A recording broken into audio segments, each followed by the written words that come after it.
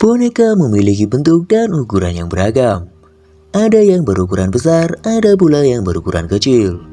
Bahkan, beberapa boneka tidak hanya memiliki bentuk yang lucu, namun juga terbilang cukup menyeramkan. Meskipun demikian, pernah terbayangkan jika boneka itu dari mayat? Tentu hal ini lebih menyeramkan, tidak hanya sekedar bentuknya saja.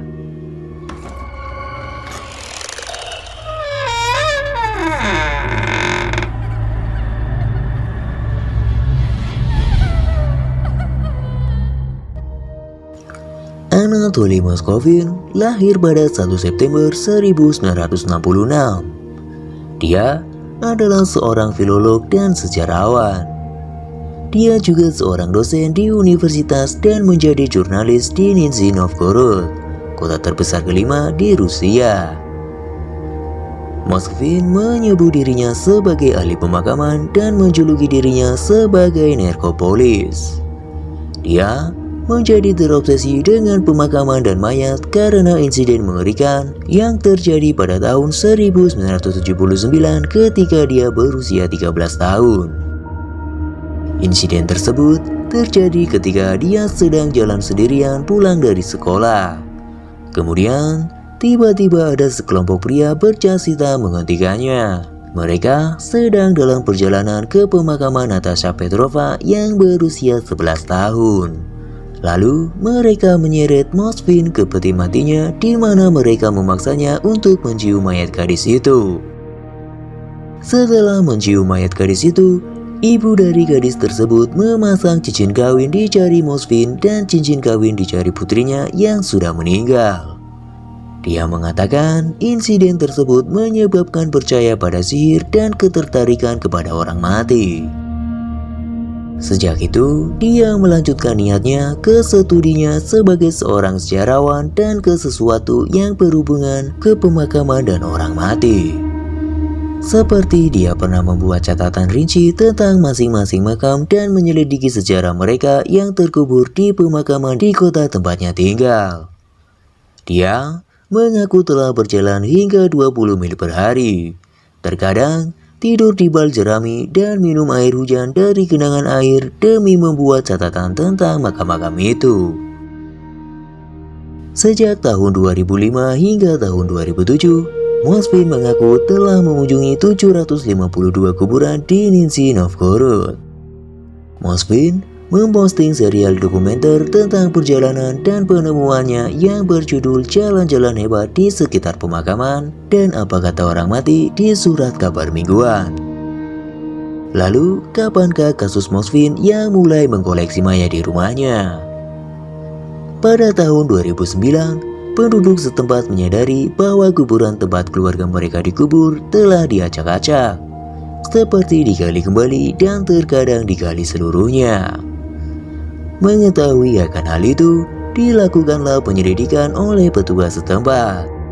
Namun, selama hampir 2 tahun, tidak ada petunjuk mengarah kemanapun. Tidak ada yang tahu siapa yang membongkar kuburan itu.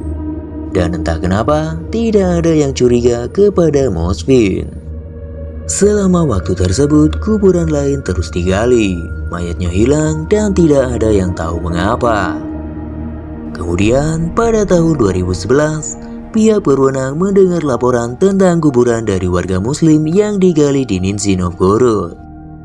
Dan para penyelidik langsung pergi ke sebuah pemakaman di mana seseorang sedang mengecat foto-foto orang muslim yang tewas.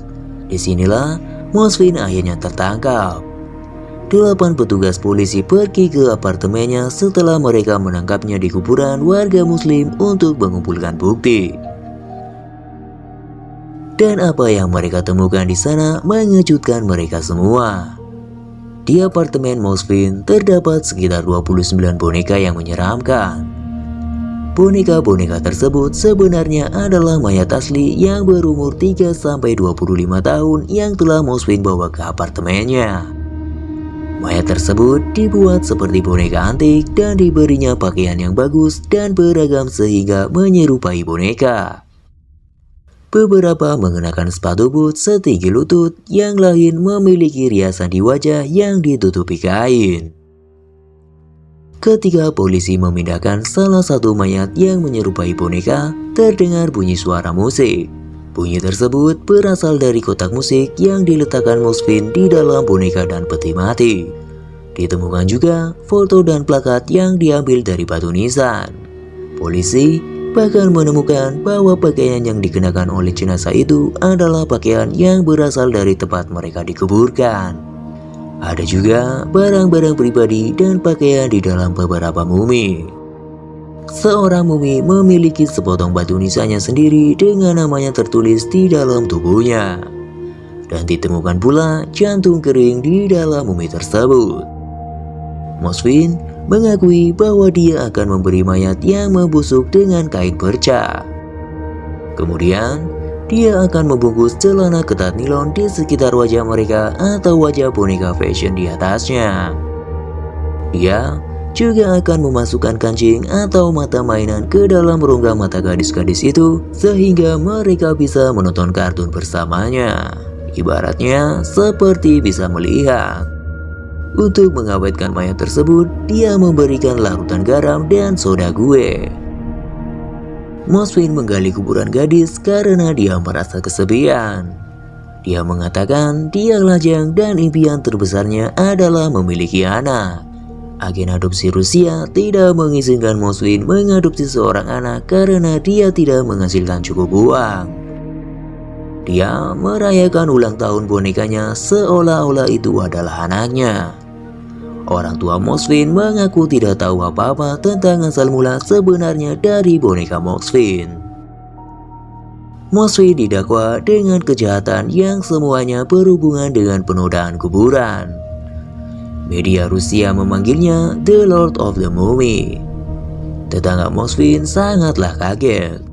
Mereka mengatakan bahwa sejarawan terkenal itu pendiam dan orang tua Mosfin adalah orang yang baik. Dan tetangga juga berkata ada bau anyir yang tercium dari apartemennya setiap kali dia membuka pintu.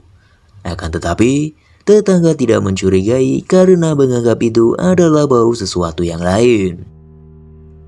Setelah ditangkap dan diperiksa, Mosfin ternyata memiliki skizofrenia dan ditahan di bangsal psikiatri di Rusia.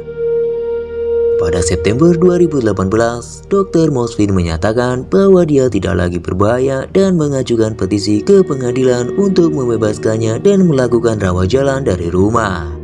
Namun, setelah dievaluasi kembali pada Februari 2019, bahwa terlalu dini untuk membebaskan Mosfin, pada akhirnya rumah sakit mencabut petisi mereka. Itulah kisah dari Mosfin, seorang yang membuat boneka dari mayat. Sampai jumpa di kisah-kisah selanjutnya.